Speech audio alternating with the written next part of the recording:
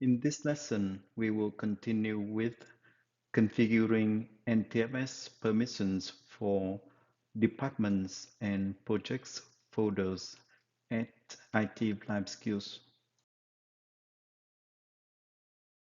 First, we will analyze what permissions required for departments and projects folders. Then we create departments and projects folders. Next, we will analyze the script to grant the permissions. After fully understanding the script, we will grant the permissions using the script. Then we verify the access from user perspective. Finally, we sum up our lesson with the keynotes. In the previous lesson, we granted the domain users group with the read and execute permission on projects and departments share folders, which means domain users can read and execute files, access any subfolders in the projects and departments share folders, but they cannot modify or delete any files or folders. In this lesson, we are planning to create a folder with the department name for each department, create a folder with the project name for each project, and on each department or project folder, we will disable inheritance, remove domain users group, and grant the department group with the modified permission on the folder with the same name as the department, and grant the project group with the modified permission on the folder with the same name as the project. Let's create folders with department names in the department's share folder. To do that, we prepare this CSV files that contains all the department names, and we store the CSV file in our file server at the location C script data folder. And here is the departments.csv file. Now let's check the departments share folder. As you can see, the departments share folder stored in the D drive, and currently it is empty. To create folders with department names, we use this script. First, we need to load the department names from the CSV file using the command import -csv, and we need to specify the path, which is C scripts data departments.csv. Now let's run the command. As you can see, it gives us all the department names. However, the results also contain the column name department. To get only the department names, we just need to put the dot column name department. So let's select it and run the command again. Now the results only contains the department names, and let's store the result into the departments variable and check the departments variable. As you can see, the departments variable now has all the department names. To create all the department folders, we need to use the for each loop to loop through each department in the list of departments that we store in the departments variable. And to create the folder, we use a command new -item, and we need to specify the path. In this case is the D departments, and we have to specify the name, which is the department, and we have to specify the item type, which is directory. As you can see, after each loop, it will create a department starting with accounting and finance, and then art and design, and so on. So let's run the for each loop. As you can see, it created all the folders with department names inside the department folders. Now let's open the departments folders. As you can see in the departments folder now, we have all the folders with department names. Let's create folders with project names in the project share folder. To do that, we prepare this CSV file that contains all the project names, and we store it in our file server at the location C script data folder, and here is the projects.csv file. Let's verify the projects share folder. As you can see, the projects share folder is stored in D drive and currently it is empty. Now let's run this script. As you can see, it created all the folders with projects names in the D drive projects share folder. Let's set permissions for each department folder. We will remove the domain users and add the department group with modified permission. To do that, we will use this script. First, we store the HQ domain users group into the domain users variable, and we store the path for the departments to the folder path variable. Then we use this command to get all the folders inside the D departments folder. Let's run the command. And you can see it gives us all the folders with details information inside the D departments folder. However, we only need the names of the folders. So we just need to put .name into the command and run it. And you can see now it gives us all the folder with department names, and we just run the command again and store it into the folders variable. Now let's verify the folders variable. As you can see, the folders variable now contains all the folders with the department names.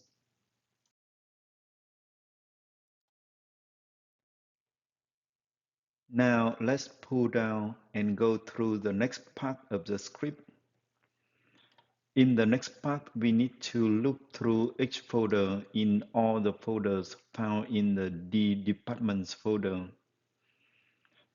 Because we do not know if the script runs as expected or not, so to be on the safe side, we just want the script to apply the permission on the accounting and finance folder.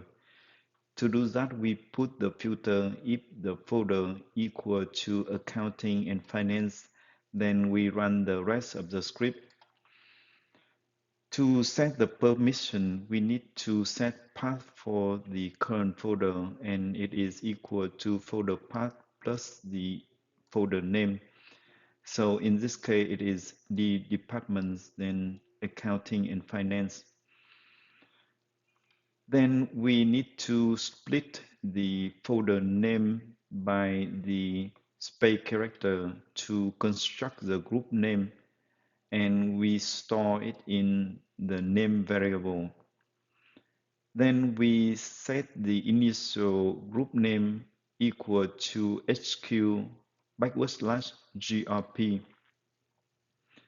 Now we need to loop through each word in the folder names, and if the word not equal to N, then we add the group name with the dash character and then the words, and we convert the entire group name to lowercase. After the for loop here, we will get the group name, and in this case it is HQ GRP dash accounting dash finance in lowercase.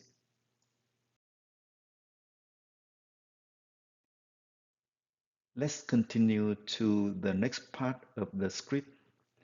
So after having the department group name, we need to disable inheritance and preserve inherited access rules.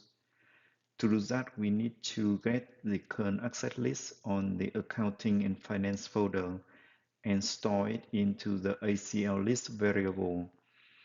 And we set the variable is protected equal to true, which means we want to prevent the inheritance from the parent folder to the accounting and finance folder. And we set the preserve inheritance equal to true, which means we want to keep all the entries in the current access list after we prevent the inheritance. Then we set the access rule protection on the access list with the parameter is protected and preserve inheritance, which means we want to prevent the inheritance and we want to keep all the entry in the current access list. Then we run this command to set that permission on the accounting and finance folder. Next, we need to remove all the domain users from the accounting and finance folder. To do that, we need to get the current access list on the accounting and finance folder, and we get all the entries in the current access list, and we find if the entries contain the domain user. Then for each entry we found, we just remove it and then we set it on the accounting and finance folder with that access list to remove all the entries that contains the domain users. Let's continue to the final part of the script. At this point, we need to grant the department group with the modified permission on the department folder. To do that, we first need to get the current access list on the accounting and finance department folder and store it into the ACL list variable. Then we need to prepare the list of permission properties to assign to the folder. And the first property is identity, which is a department group name, and the file system rights is modified, and the inheritance class is container inherit, object inherit, which means we want to apply the permission to this folder, subfolders, and files, and the type is allow. Then we need to create a new access rule containing the permission properties to assign to the folder. To do that, we first need to prepare the file system access rule argument list, which contains the identity, file system rights, inheritance plus, and the propagation plus that we set to none, which means there's no change in the propagation of inheritance, and the type is allowed. Then we need to create a new object for the file system access rule with the argument list stored in the file system access rule argument list. Then we apply the new rule to the folder. So in this ACL list variable, we add the rule of file system access rule variable. Then we set the permission on the accounting and finance folder with the new ACL list variable. And that's it. Now we fully understand what the script does. Let's run the script and check a few variables. The first variable that we want to check is the path.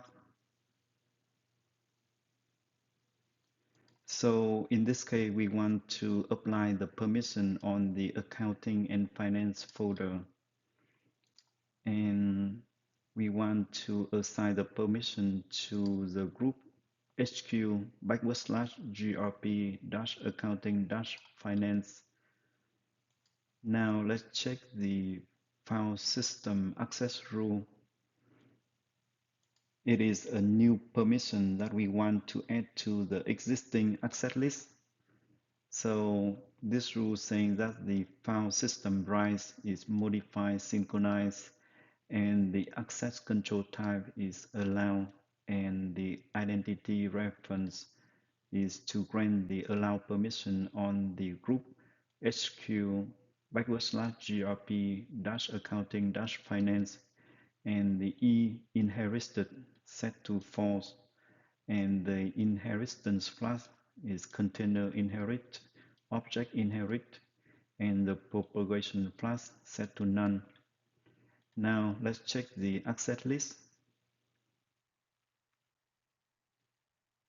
This is the access list that we added the file system access rule, and the only thing that we pay attention to is the access to string, and you can see it added the group HQ /grp accounting finance, and the permission is allow, and the permission type is modified, synchronized.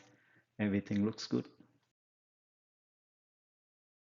Let's now modify the permission on the accounting and finance folder. To do that, we need to right click on the folder and click on properties, then click on the security tabs and click on the advanced button.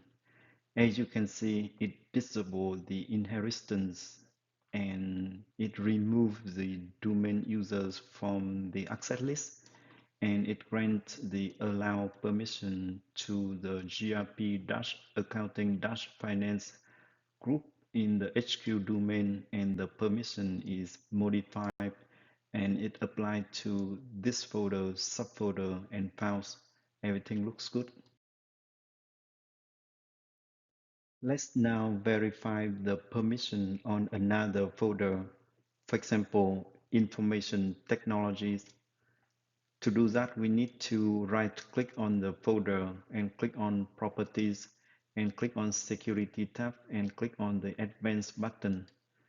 As you can see, it has not disabled the inheritance, and it still allows the domain users in the HQ domain with the read and execute permission, and it has not granted the department group with the modified permission. To apply the permissions on all the folders inside the D departments folder, except the accounting and finance folder, all we need to do is to change the filter to check if the folder not equal accounting and finance folder. So let's update it to not equal, and we save the script and run it. That's it. Let's now re-verify the permissions on the information technology folder.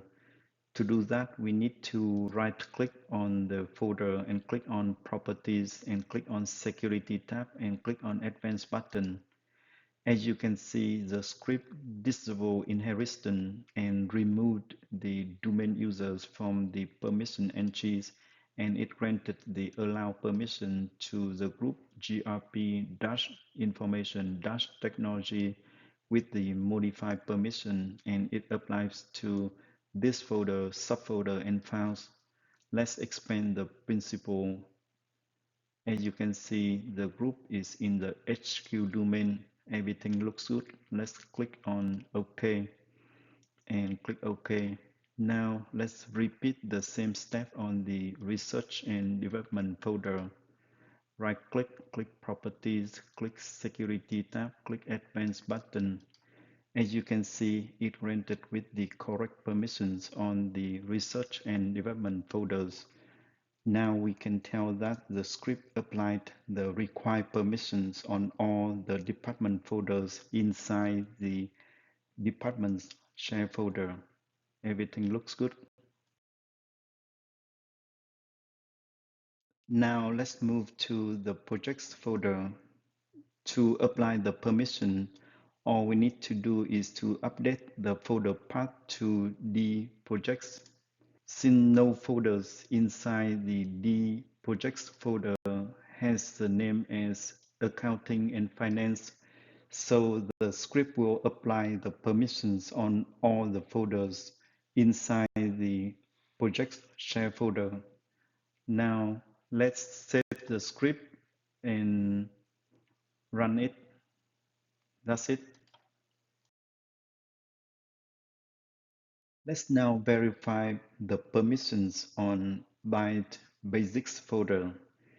To do that, we need to right-click on the folder and click on Properties and click on Security tab and click on Advanced button.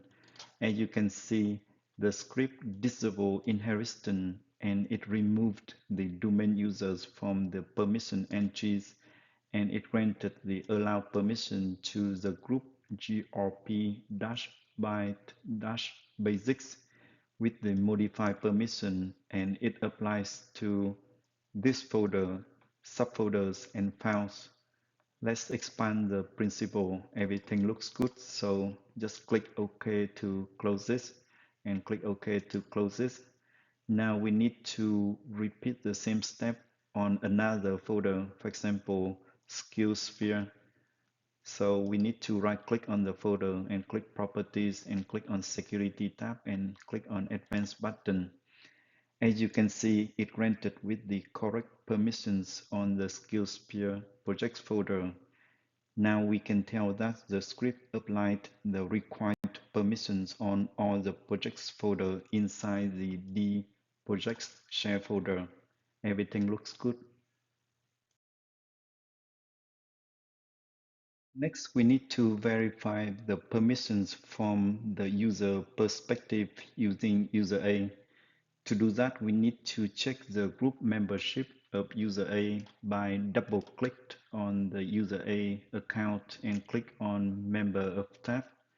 As you can see, user A is the member of domain users grp-accounting-finance group and grp-by-basics group. Let's log in as user A into a Windows 10 computer. And after login, we will open File Explorer and open the Departments share folder. As you can see, user A can only see the accounting and finance folder where he has the modify permission. Let's create a new folder inside the departments share folder and the user A cannot. Now let's switch to the projects share folder and similarly user A can only see the byte basics folder where he has the modify permission. Let's create a new folder inside the projects share folder and user A cannot. Everything looks good. Now let's get inside the basics folder and create a new folder. And here we type in test projects and we can create the folder. Let's go inside that folder and create a new file. And here we type in projects A. Everything looks good. Now let's switch back to the departments share folder and go to the accounting and finance folder and create a new folder. And here we type in accounting 101 and let's go into the folder accounting 101 and create a new file. Here we type in new accounts. Everything looks good. This is the end of this lesson. Let's read the keynotes.